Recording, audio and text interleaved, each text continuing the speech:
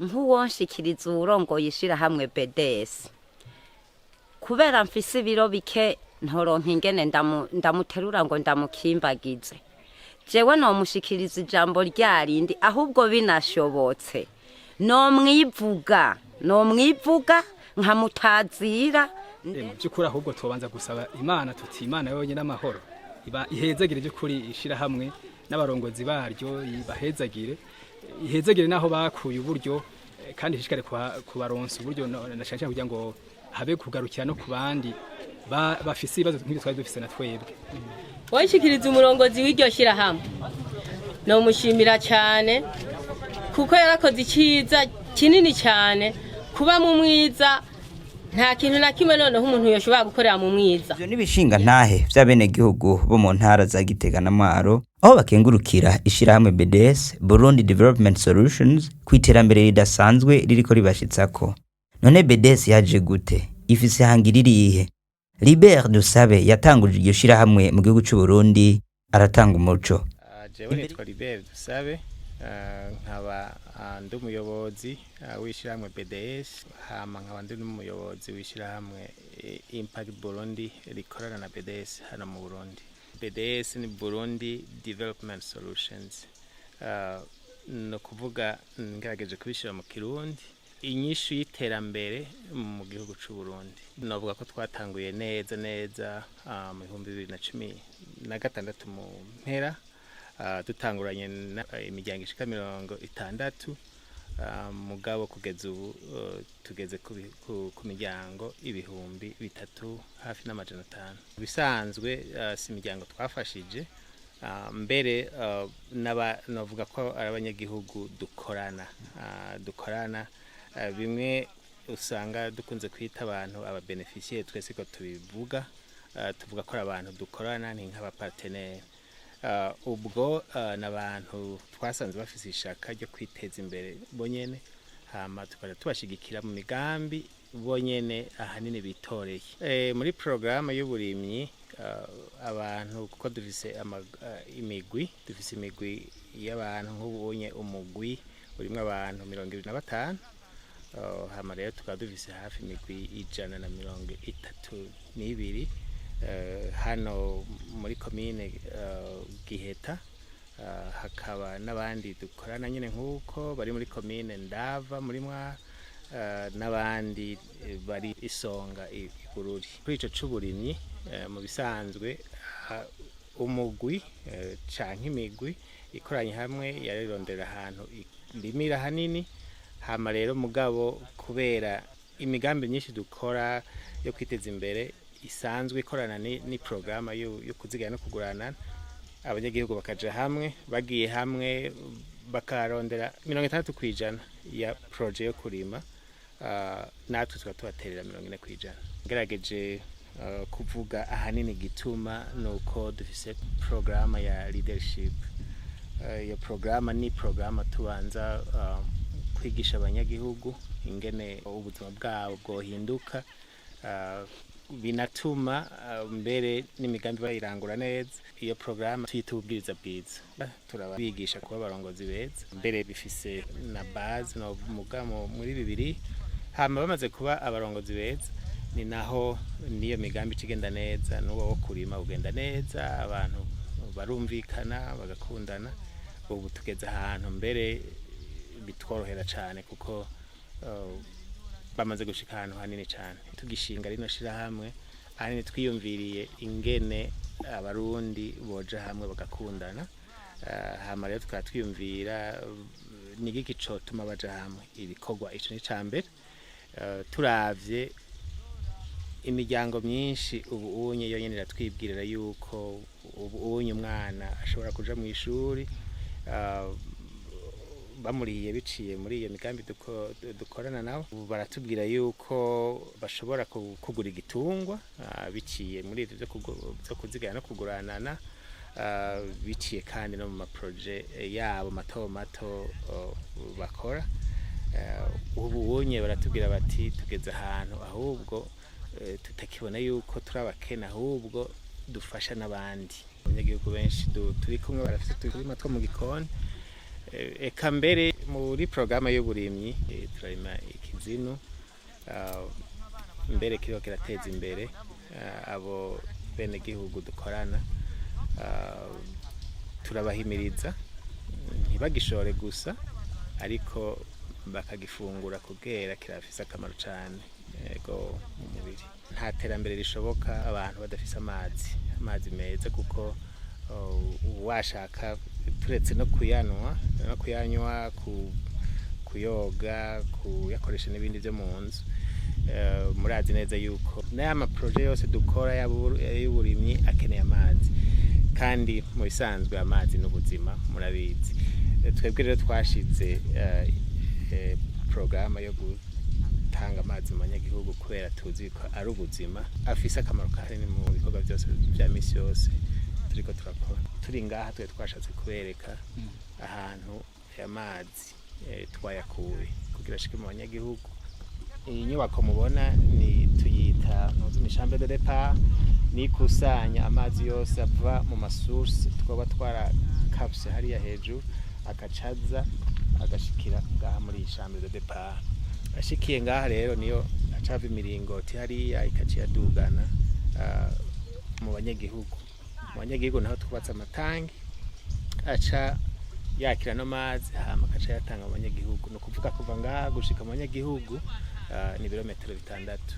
Uvuye ngaho rero tujya duha imitumba 2 no kuvuga ashobora kuba abanyagihugu bashika 4,600 bariko baranonswa n'amazi. Muri iyo mitumba rero hari amarobine 11 agaburira abanyagihugu amazi meza. Irya source mwabonye niyo izana amazi muri iyi tangi mubona iri nyuma yanje.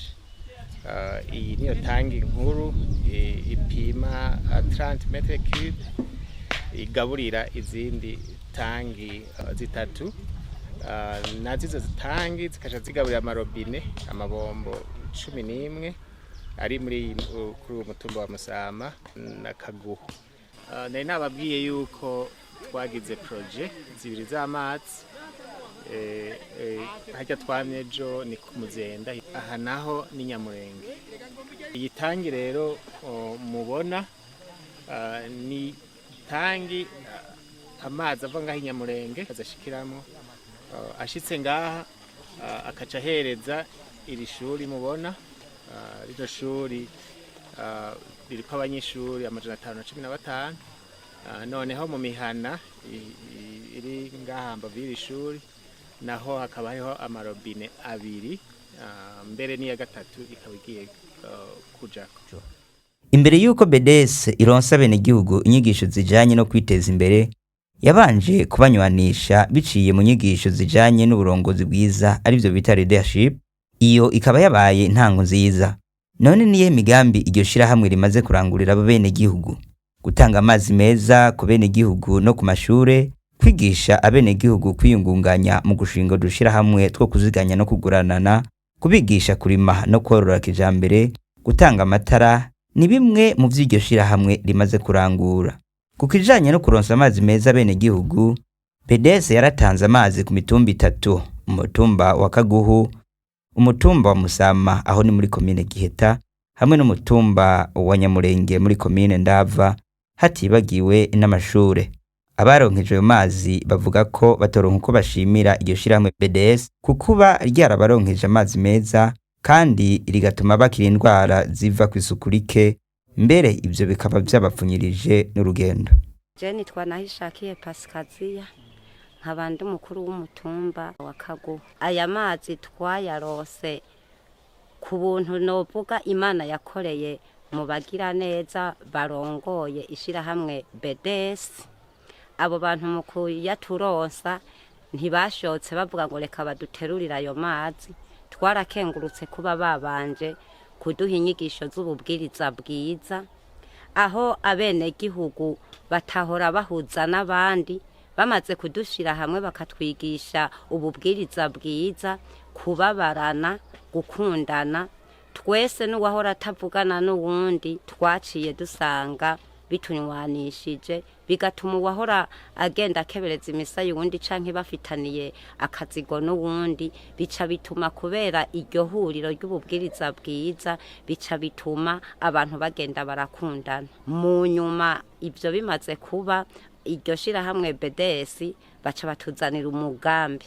Burya rero twasanze ubwo bubwiriza bwiza bwari ubwo kudutegura kugira ngo iyo migambi tuzaniwe na BDS idushikire natwe duteguye dufise umutima w'urukundo kugira iyo migambi nayo izishoboke. Umugambi wa mbere waciye uba uwo kutwiza kurima ikizinu, kurima uturima tw'ibikoni. Mu nyuma yaho bahava baca baduha umugambi w'amazi. Natwe rero uwo mugambi usanga turi abantu twari twaramerewe nabi ku kibazo c'amazi. Amazi twari dufise ku ntuzeye ku myonga yari amazi mabi, yari amazi yazamwo inzoka, yari amazi yazamwo ikiziba.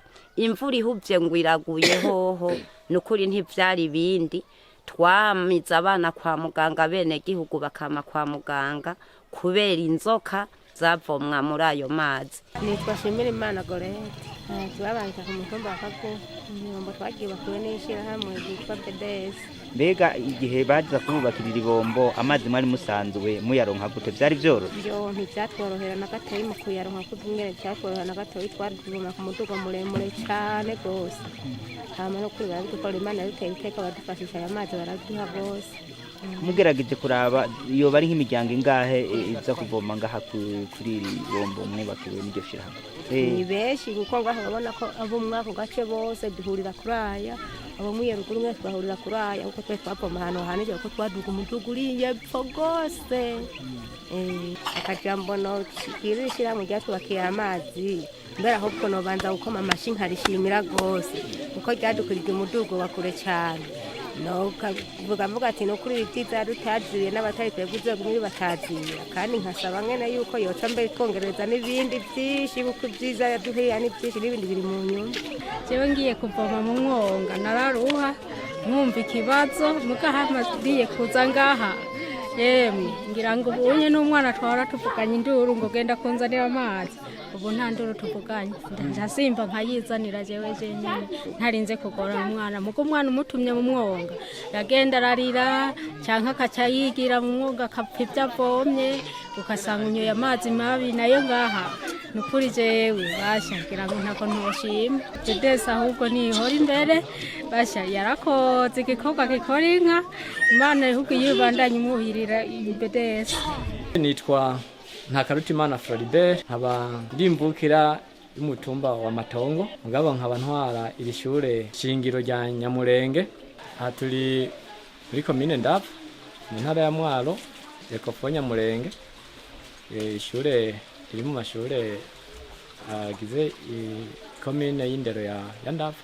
Gahaye twari dufise ubukene bw'amazi ku buryo abana baja kuvoma yepfo mu myonga bafata urugendo rw'iminota 10 kugenda n'indi 10 kugaruka. Uwo Imana yacanye bagira neza batugendeye batuzaniye amazi turayamaranye indwi zibiri. Akanyamuneza kari mu banyeshure, kari mu bigisha, kari no mu bavyeyi ndetse. Iri shure ryari rifise umwanda ukomeye cyane kubera ubwo bukene bw'amazi, wasanga n'amashuri atakorofye, ugasanga abanyeshure baracafuye mugaha amazi aziye. Abanyeshure twagira yuko baja mu ishure banje koga. Je iryo shirahamwe bashaka ndarimenye vuba, naragize n'amahirwe ndashika ku cicaro cyayo. Turakenguruka cyane ku mutima mwiza atugiriye mu kutuzanira amazi. Iri BDS cyo narikundiye cyane. Ibikorwa byabo bavuze babakoze. Bemeye ati kituzogikora, bagikoze. Ariko ayo yandi mashirahamwe baraza bakamenyesha ati tushaka gukora ibi, ukamara umwaka, ukamara imyaka 2, ukamara imyaka 5, meme n'imyaka 10 gahera. Cyo kintu kitaraja mu ngiro. Mugaje kuva numvise basavye nta mwanya munini uhetse. Ikivyerekana nuko amazi ariko ari isesa. Turabashimira cyane. Nitwa Akimana Rabye. Igama yakanga. Zema. Yego. Hari shirahamwe BDS ryabazaniye amazi neza. Wewe wajakiriye Nararishimye kuko twari tubuze amazi no manza kurikengurukira nkarishimira cyane. Kuko tutararonka amazi twari dufise ikibazo twarabura ngene dukoropa amashure tukanyoterwa uri kw'ishure ukabura amazi utagiye yitekereye uko inyota ikakwica ukifuza amazi ukayabura tugatuma n'abanyeshuri bashatse koga bakabura aho boga amazi turayafise turakenguruka rwose kubera ku bantu baduhaye amazi. Nitwa Kw'Iterambere Jonas, sanzwe ndi umuyobozi w'iri shure shingiro ryo ku Rutovu, ni muri dese Giheta, komine y'indero ya Giheta, mu ntara ya Gitega. Nkaba ndi ngaha kw'ishure nk'umuyobozi waryo, umunsi ndiko ndaja kuzuza imyaka 10 ndi kw'ishure shingiro aje ndayiramutswa. By'ukuri nkuko narembuze nti hariko imyaka 10 ikiraja kuzura ndi kw'ishure shingiro aje ndayiramutswa. Ubukene bw'amazi ni ingorane ikomeye gose, n'ingorane ikomeye gose muri ico kiringo twarahuye naco, ku buryo ntovuga uburemere bw'ico kibazo ukuntu ahubwo ari bwo tugejeje kabisa. Amanama agiye atandukanye twaje turagirirwa n'abagiye batandukanye ari mu komine, twaje turagerageza kugisaba twama twakigarutseho cane, ariko bakatwemerera ati tenyenya mugamo ho gutenyenya tugatenya twihanganye, ariko ubwo bukene n'ubundi tuguma duhura nabwo. Umunsi by'ukuri nyisho gushima cane, by'ukuri mwadukoze hakomeye kuko aha hepfo dusanzwe dufise uruzi bita Kaniga, nimba hageze gukoropa niyo twikora ko mukuza kugira dukorope tukora isuku, abana nibo baruhira ku musozi baja kuvoma amazi, naho ni mu manga byacose ko abakuze ari baja kubavomera, ariko rero uyu munsi tumaje kuyaronkera isuku irakogwa. Navuze ntiko dufise uruzi Kaniga aha hepfo ariyo mazi twakoresha mujanye no gukora isuku. Rero bivanye n'ukuntu inyota aba yazigirije umwana uyu canke uwundi, byashwe kwihangana nyine ukamunanira. Bima amaze kunanirwa akarengera nyine kuri amazi agasanga ni ari karihereza, ugasanga ni ari karanyu atibagiye ko ari mabi, mugabo kubwukura nyine ukagira ugasanga yanyoye. Gutyo rero inkurikizi by'ukuri zaribonekeza. Ubugwaye nyine inzoka bacu batangira gufatwa n'inzoka, ugasanga bari kubaragwara bikibonekeza mu gutangira kuja basiba bivanye n'ubwo bazi bw'ubugwayi nyene. Nta mwana acicwa n'inyota ari kw'ishure, nta tubizi bakirirwa barazana ngo baje batekeye amazi yo kunywa. No kuvuga ubu by'ukuri n'agahore, by'ukuri ahubwo tubanza gusaba Imana tuti Imana yonyine amahoro iba ihezagire by'ukuri ishira hamwe n'abarongozi baryo, ibahezagire ihezagire naho bakuye uburyo, kandi hishikare kubaronsa uburyo nashanje kugira ngo habe kugarukira no ku bandi bafise ibibazo nk'ibyo twari dufise na twebwe.